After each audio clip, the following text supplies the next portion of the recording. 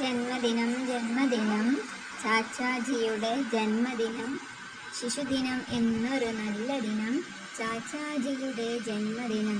November മാസം 14 ചാച്ചാജിയുടെ ജന്മദിനം. ഭാരതനാടിൻ അഭിമാനം, കുട്ടികൾക്കെല്ലാം സന്തോഷം. ഭാരത ആദ്യ പ്രധാനമന്ത്രി നമ്മുടെ ചാച്ചാജി. ഭാരത സ്വതന്ത്ര നേതാവ് നമ്മുടെ ചാച്ചാജി.